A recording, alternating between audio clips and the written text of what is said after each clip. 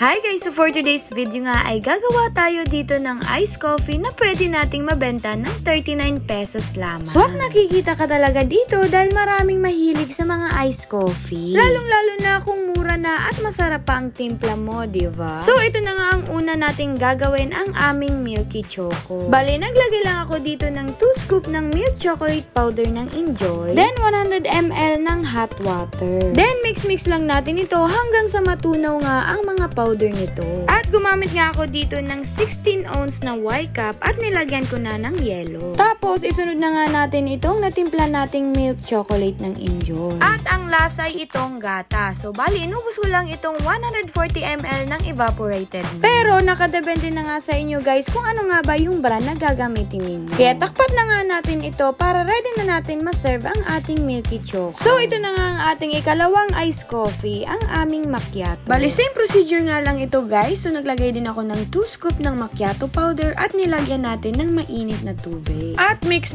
ulit. Then ilagay na natin dito sa ating 16 ounce na cup na may mga yelo. Tsaka para na din mas makatipid, ang ginagamit pala naming yelo ay yung sarili na namin nagawa. Tapos, crack na lang namin ito bago kami mag-open. Kasi bukod nga sa ginagamit namin talaga ang mga yelo, lalong-lalo na dito sa aming milk tea shop. At the same time, another source of income na din itong pagbebenta ng yelo. Lalong-lalo na mainit talaga ang panahon. Kaya kahit 5 pesos nga lamang, ay talagang mabenta ang yelo sa amin. Ito na nga din ang cappuccino namin. So, same din, 2 scoop ng coffee powder. Pero if gusto naman ng customer natin na matamis, ay pwede naman na dagdagan ng sugar. Kasi may mga customer talaga na ang bet nila ay matamis. Pero para sa akin ay tamang-tama na itong measurement natin. Kumbaga, balance lang ang lasa ng gatas at kape natin. So, ito na nga din ang aming last, ang aming iced coffee vanilla. Kumuha lang ako dito ng 2 sachet ng Nescafe Classic. At tinimpla nga ulit dito sa ating mainit na tubig at tinagdagan ko ng 1 scoop ng sugar. Tsaka nag-add na din pala ako dito ng 1 teaspoon ng vanilla essence. So, di ko lang na-videoan mga mi. Basta ganun lang ang ating